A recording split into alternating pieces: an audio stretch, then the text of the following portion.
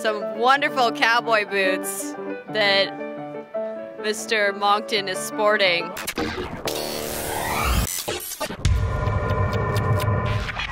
Millie Weaver reporting for Infowars.com. We're here in Bozeman, Montana at the Red Pill Expo. I'm here with Lord Christopher Monckton, who has been amazing. You have given some amazing speeches all throughout this expo. Well, I think it was outstanding. Perhaps the most outstanding speech of the whole conference was that by Jeanette Finicum, whose husband, LaVoy, was brutally murdered by being shot several times in the back on the flimsy and entirely insubstantial excuse that he was reaching for a gun when he had repeatedly made it clear to them that he was not going to do any such thing.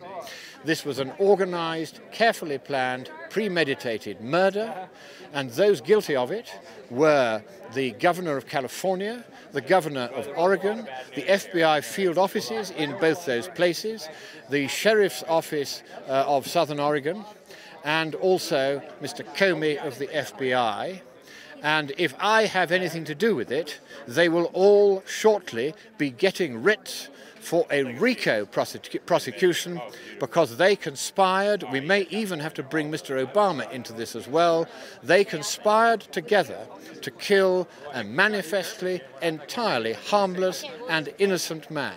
It is unbelievably horrible to hear about this tragedy that the Finicum family really has had to endure, and it has been an inspirational speech with what she said, but it just speaks to the fact that we must drain the swamp in this country, or else our own lives are at risk. It could have been any of us. It could be anyone that wants to stand up against a tyrannical government. And that is why this must be stopped. I mean, the Obama regime will be seen to have been the most corrupt in the history of the United States. He presided over this. It was he and Comey together who decided, and you can see this still on the FBI's website, which has not yet been drained of this filth, that anyone who professes to be a Christian or quotes the Bible or quotes the US Constitution, or when stopped at a traffic light, it asks for why he has been stopped and on what authority, they are to be regarded, not merely regarded as potential terrorists, but reported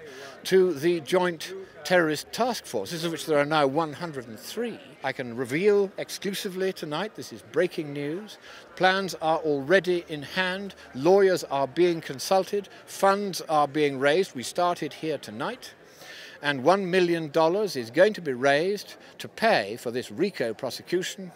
And my advice, insofar as I know juries, is that any jury, seeing the facts that I have already unearthed from looking at the published materials that are available, would be bound to convict those responsible for what was undoubtedly not a lawful killing, but an outrageous murder by the state. We see this situation and we're not seeing that national outcry. Do you think it's because the media has had a hand in kind of demonizing the people of the Oregon standoff? Let me tell you what happened at the press conference held by the sheriff in Southern Oregon after the murder.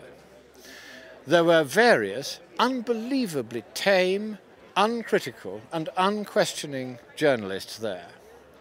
And the sheriff said one very extraordinary thing among a number of rather lame excuses. He said that LaVoy Finicum was wanted for federal offences. Now, not one of those journalists said what federal offences. He hadn't committed any. And what also they should have asked, I would have asked, I used to be a journalist like you, and you go on asking questions until you get the answer. I've seen how good you are at it. You're an absolute star. But what I would have asked is, may we please see the warrant that had been issued for his arrest? Because without a warrant for his arrest, it was unlawful to put up a roadblock and stop him. Do you know, there was no warrant for his arrest at the time when he was stopped? They were going to get it the next morning. That was their excuse. Let me tell you something else, breaking news. Because when I was on with Alex Jones some months ago, he very kindly has me on about once a month. And here I am again, turning up like a bad penny. I was talking about this episode, the Finicum murder, And I said it was very clear to me that Mr. Comey and Mr. Obama's policy of treating Christians and people who quote the Bible and people who quote the Constitution, people even who quote decisions of the Supreme Court, are to be regarded and reported as though they were terrorists or potential terrorists. That policy, which led to the death of LaVoy Finicum very directly, a policy which has not yet been reversed, though I am going to see to it that it is reversed, I transmitted a short report of this to the administration's transition team. And I said, you need to watch for this one because it's going to come back and bite government generally in the backside unless you are aware of it. And I said to them privately what I then said, and you can go back and check this, I said this publicly on the air, it would be necessary, for the sake of Mr. Trump distancing himself from what had been done, that he should fire Mr. Comey, both privately to the administration's transition team and then publicly on Alex Jones. Weeks later, he was gone. So don't you think, you who committed this crime, that because I am from across the pond, I don't have sufficient influence to make a difference to what is going to happen to you now. From this day on, when this broadcast is drawn to your attention, you will never again sleep easy in your beds, and very soon you will not be sleeping in beds, you will be sleeping in cots by a tin toilet in a small cell shared with somebody that you might not normally wish to know on your social circuit. So be very clear on this. Mr. Comey has already gone. I called for it. I briefed the administration. He went. I'm not saying, of course, that I was the sole reason for that, but I've no doubt that my little fourpence worth was added into the balance along with other evidences of his wrongdoing.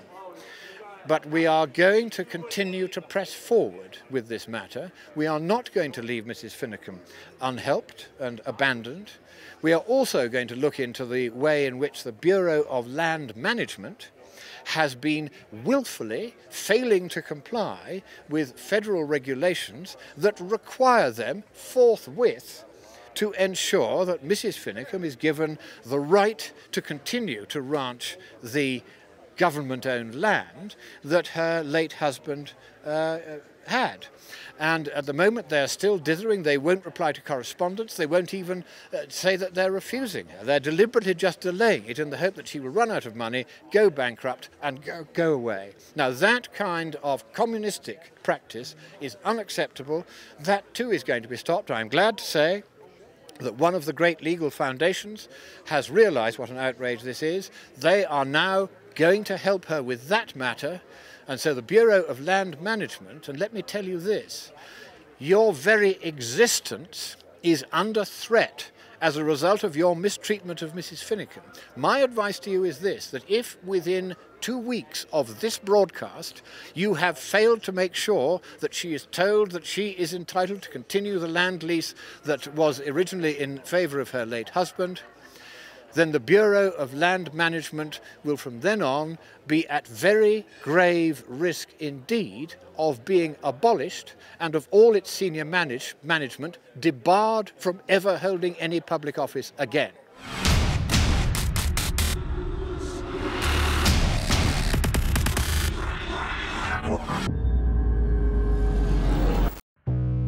New from Enraged Essentials. Fragrance-free natural deodorant for your body care needs.